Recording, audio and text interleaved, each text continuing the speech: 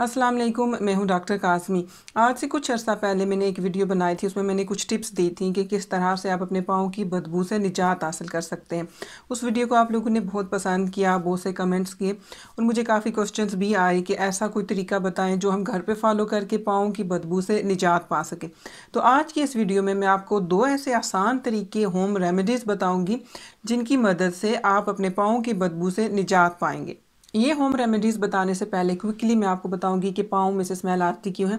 इसकी जो बड़ी वजूहात हैं उनमें शामिल है बैक्टीरिया और नमी। तो इसलिए आपने ये कोशिश करनी है कि अपने पाँव की सफाई का बहुत ख्याल रखना है, उनको डेली आपने अच्छे से धोना है और जो पाँव की जो उंगलियों के दरमियानी हिस्सा होता है इसको अच्छे से साफ़ लाजमी करना है जब भी आप पाँव धोते हैं, और वैसे भी इसकी सफाई का ख्याल आपने लाजमी रखना है।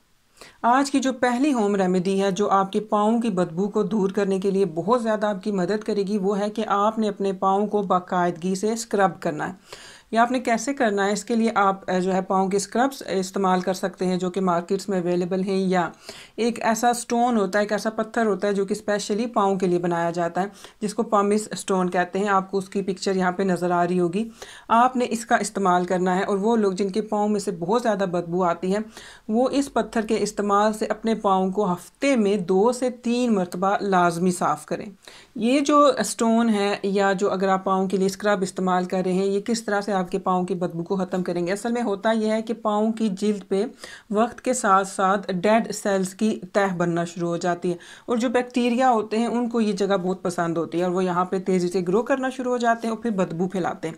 तो ये स्टोन या ये जो स्क्रब आप कोई भी पाँव के लिए यूज़ कर रहे हैं, ये इस डेड स्किन को ख़त्म करेगा, इसको रिमूव करेगा और बैक्टीरिया वहाँ पे ग्रो नहीं कर सकेंगे। पाँव की बदबू को दूर करने के लिए आज की हमारी जो दूसरी होम रेमेडी है वो भी बहुत ही आसान है।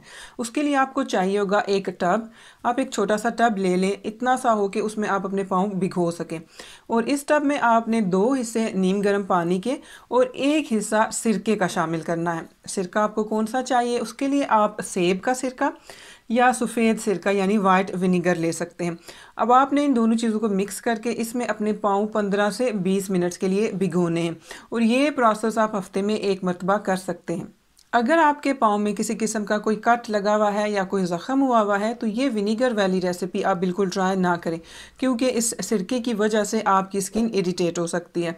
मैं उम्मीद करती हूँ आपको ये वीडियो अच्छी लगी होगी। ये वीडियो देखने का शुक्रिया। अल्लाह हाफ़िज़।